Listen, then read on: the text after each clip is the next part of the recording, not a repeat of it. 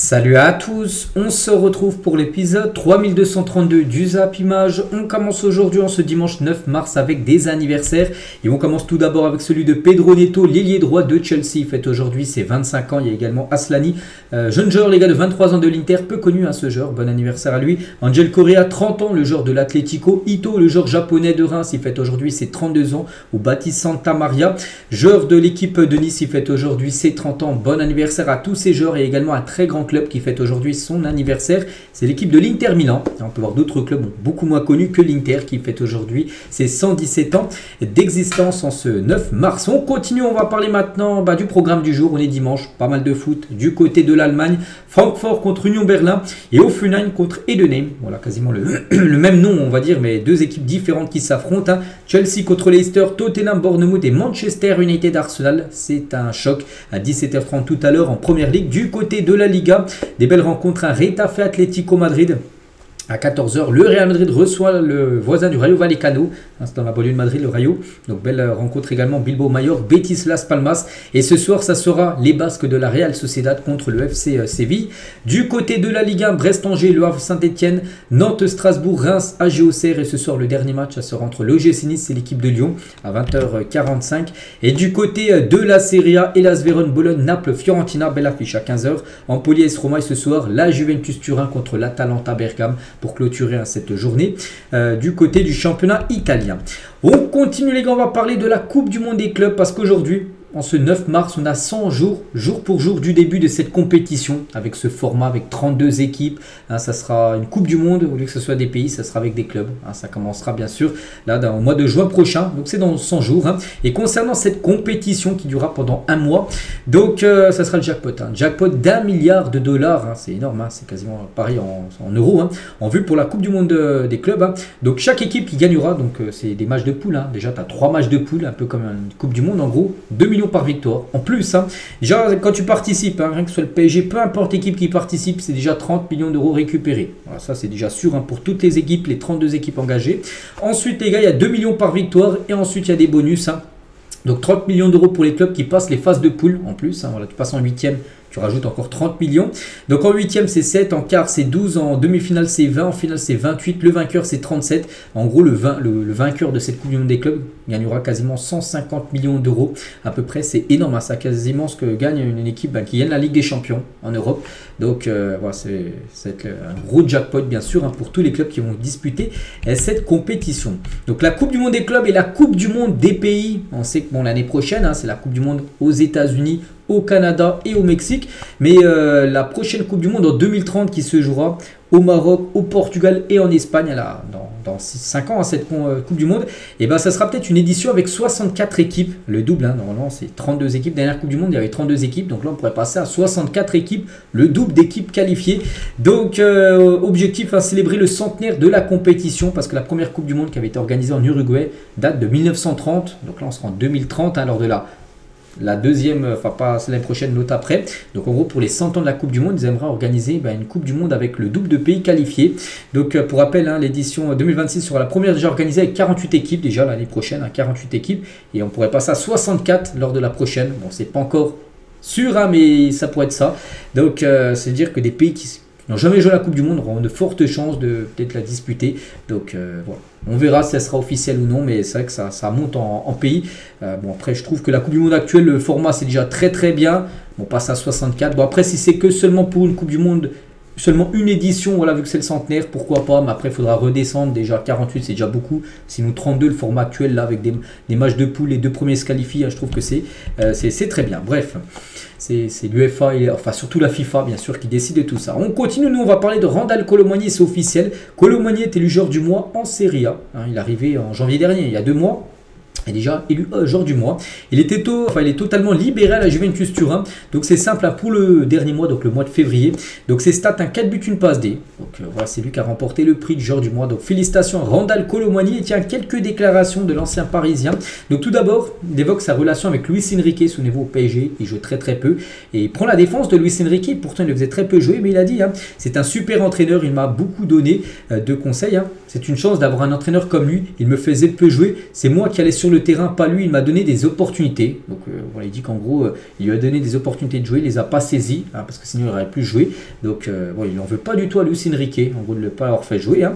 Voilà, donc très juste hein, sur son coach. Hein. Kolo Muani revient aussi avec beaucoup de sincérité sur son échec au PSG, parce que oui, ça a été un échec. Hein. Un Français à Paris qui a coûté en plus 90 millions d'euros, bien sûr. Hein. Une énorme pression et tout le monde n'est pas capable de la supporter. Je n'ai pas réussi, en gros.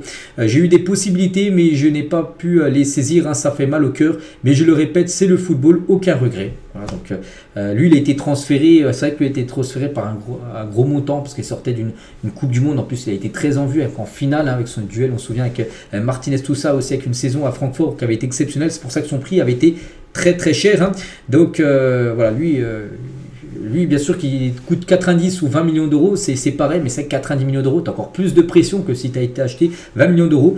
Et du coup, il n'a pas réussi à surmonter à cette pression-là. Et du coup, c'est pour ça que la Juve, hein, on pense que c'est le club parfait pour lui. Hein. Et il ouvre la porte à un départ définitif à la Juve, parce qu'oubliez pas que là, il est prêté. Hein. Donc là, il est prêté sans option d'achat jusqu'à la fin de saison. Donc normalement, le 1er juillet prochain, il revient à Paris. Hein. Randal Kolo Muani, bon, ça se peut que de nouveau, il soit prêté à la Juve la saison prochaine. Hein.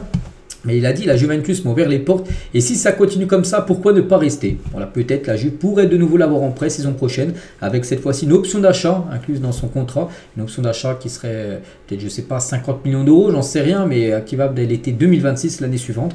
Donc voilà, peut-être le futur de Randal Kolo Muani. On continue, tiens, toujours avec son ancien club, le PSG. Et un ancien détenteur de droits TV sur le pouvoir et l'inaccessibilité du PSG, désolé. Hein.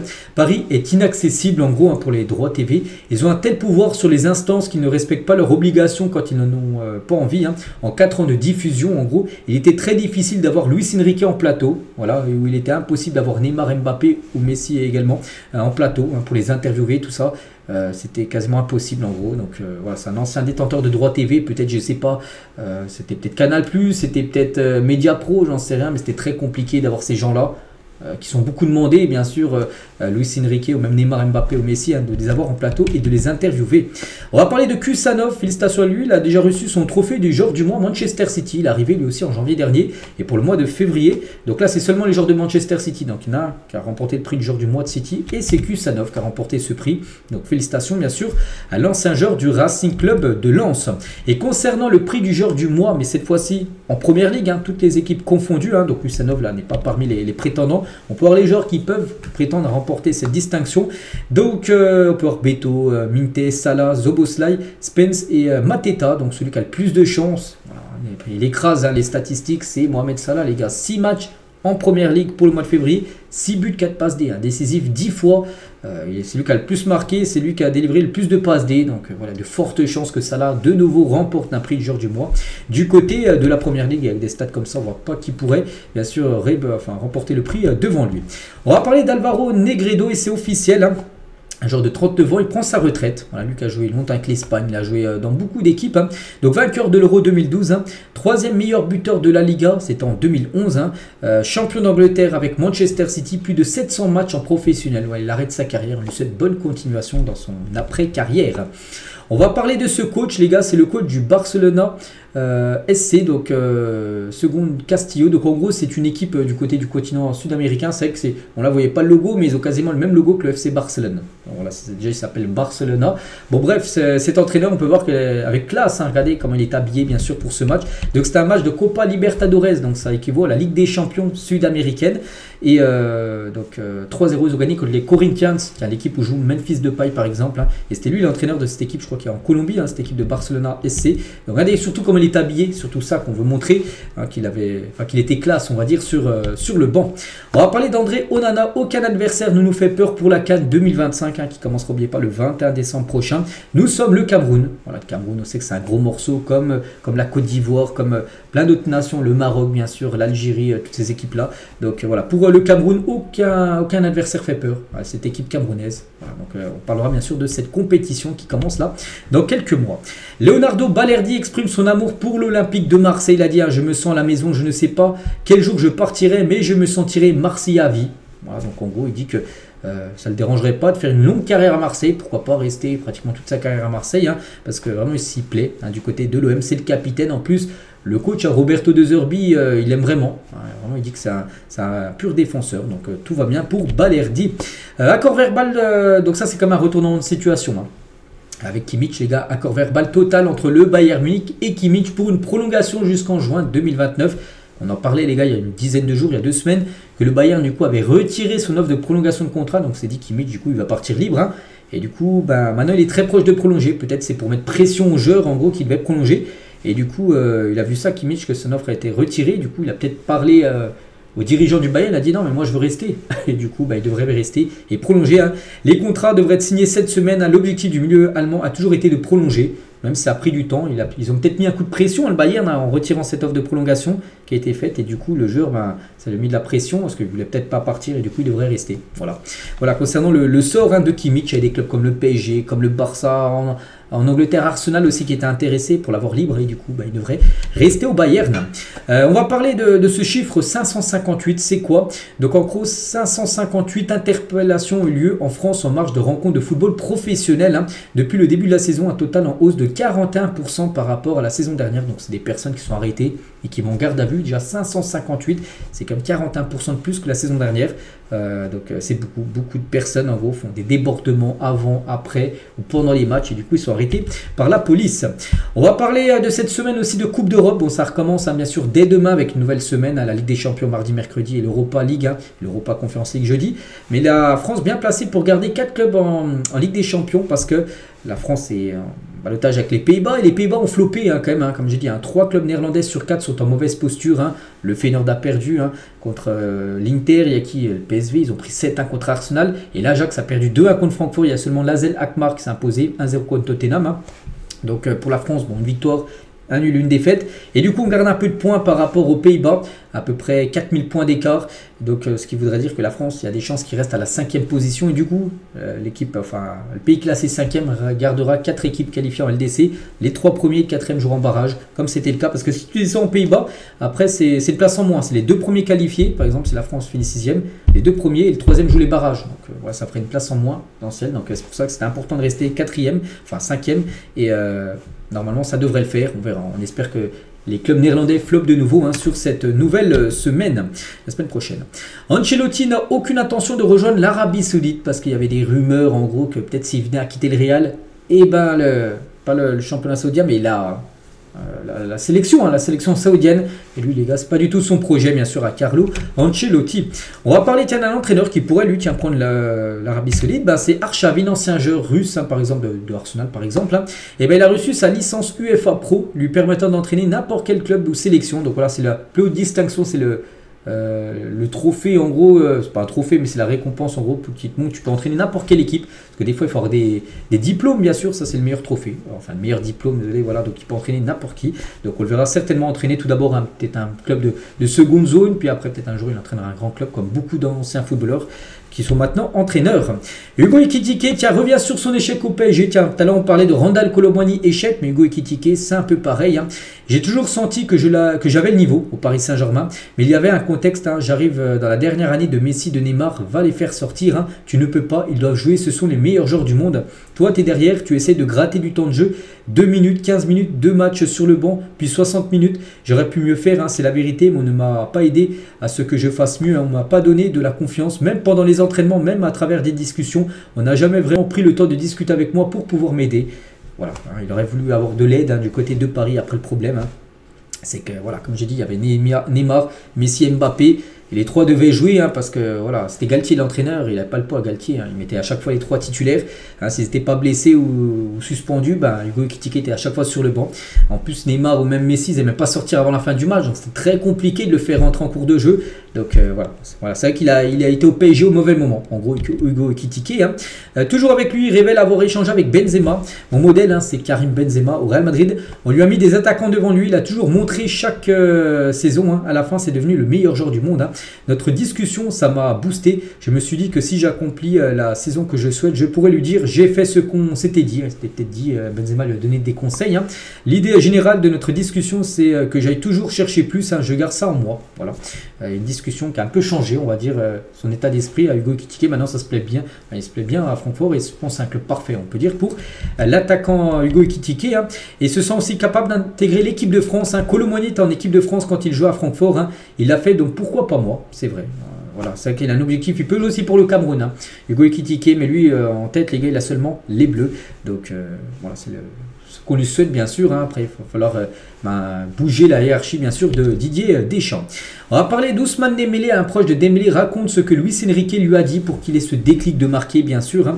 Dembélé, là, depuis le début d'année, hein, donc le coach lui a expliqué qu'il n'avait pas moins de qualité que Mbappé, Vini ou Haaland, hein, qu'il ne fallait pas qu'il se mette en dessous ces joueurs-là, en gros, et que s'il convertissait tout ce qu'il crée en statistiques, voilà, les XG qui sont hautes avec lui, bien sûr, les dribbles, les tirs, tout ça, et que s'il concrétisait tout ça en but, hein, il ferait très vite partie de ce groupe-là, de ces joueurs qu'on considère comme les meilleurs et qui postulent au Ballon d'Or. Les joueurs, on les met là actuellement, Dembélé, on le met dans le pot des Mohamed Salah, des Rafinha, des Lewandowski, des Harry Kane, voilà, ce groupe de joueurs-là qui peuvent remporter le Ballon d'Or. Et bien, parmi ces joueurs-là, tout simplement, Ousmane Dembélé. On va parler de l'Olympique de Marseille qui songerait à changer de logo. Là, le logo de Marseille, il pourrait peut-être avoir un changement. Hein. Ce logo adopté au début des années 2000, hein, c'est vrai qu'il a plus de 25 ans, ne fait plus l'unanimité et pourrait changer d'ici 2-3 ans. Bon, il n'y aura pas normalement de changement, hein, l'étoile restera toujours en place bien sûr, mais il pourrait avoir quelques modifications, j'en sais rien. Ce qui pourrait être changé, mais ça se peut que dans les 2-3 prochaines années, il y ait du changement. On va parler un peu mercato, les gars. Donc, le Real Madrid et le PSG sont vraiment intéressés par Ibrahima Konaté. Ah, tiens, Konaté qu'on a pu voir en milieu de semaine hein, contre le PSG. Donc, un transfert reste tout de même improbable pour l'instant. Mais voilà, c'est un joueur, n'oubliez pas, il est en fin de contrat en 2026, hein, Konaté. Et le PSG et le Real Madrid seraient très intéressés par le défenseur français. Concernant Alexander-Arnold, donc ça ne bouge pas, les gars. Le Real Madrid reste toujours très confiant concernant la signature d'Alexander-Arnold l'été prochain. Il devra arriver normalement le 1er juillet, libre, hein, où il touchera une prime à la signature qui pourra peut-être être de 10-15 millions d'euros, qui gagnera lui directement sur son compte bancaire, mais Liverpool recevra 0 €. Et voilà, il devrait bien rejoindre le Real Madrid et a refusé pour l'instant toutes les offres de prolongation de contrat. Des Reds, hein, déjà 3 minimum d'offres de prolongation, à chaque fois améliorées niveau salaire, ont été refusées par le joueur anglais. Concernant Théo Hernandez en fin de contrat dans 1 an et demi, hein, donc 30 juin 2026, hein, donc Milan n'exclut pas de se séparer de Hernandez l'été qui arrive, hein, les Rossoneri préfèrent éviter un départ libre de l'international français, donc ça sera l'été suivant, donc ils préfèrent le vendre là que le lâcher bien sûr libre hein, l'été suivant. Concernant Alexander Isak, donc lui je pense qu'il y a des chances hein, qu'il quitte Newcastle, surtout si Newcastle ne se qualifie pas en LDC, hein, pour l'instant je ne sais plus son... je sais qu'il y a, comment dire, il y a Liverpool, Arsenal, Nottingham et City, les 4 premiers, la première ligue, donc Newcastle doit être 5 ou 6e, donc s'il n'y a pas de Ligue des Champions ce sera le départ, hein. Après c'est la LDC, il y a des chances qu'il reste. Mais regardez quand même toutes les équipes intéressées quand même par Alexander Isak. On peut les voir, les Liverpool, les Manchester, les PSG ou même les Bayern. Hein. Donc après, il faudra sortir au moins 100 millions d'euros, vraiment minimum. Hein. Et je pense que c'est vraiment minimum, je pense qu'il serait même plus vers 120, 130 millions d'euros s'il venait à quitter l'équipe de Newcastle. Concernant Manchester United, a l'intention de faire une offre de 30 millions d'euros pour Giovanni Quenda, un joueur du Sporting aussi qui devrait partir l'été prochain. Un Gyökeres, lui, c'est quasiment sûr qu'il partira. Et lui aussi, les gars, devrait partir. Et Manchester, hein, peut-être pourrait même faire coup double avec les deux. Hein. Gyökeres et peut-être Quenda, tiens, deux joueurs qu'avait Ruben Amorim il y a quelques mois.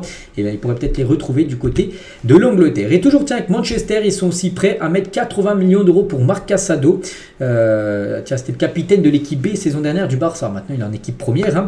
Donc, voilà, Ruben Amorim apprécie beaucoup le joueur. Imaginez 4 millions d'euros que le Barça pourrait recevoir avec un joueur formé au club. On va parler de Bruno Guimaraes, incontestable en Europe. Hein. Aucun joueur des 5 grands championnats européens n'a fait mieux que le Brésilien cette saison dans ces catégories.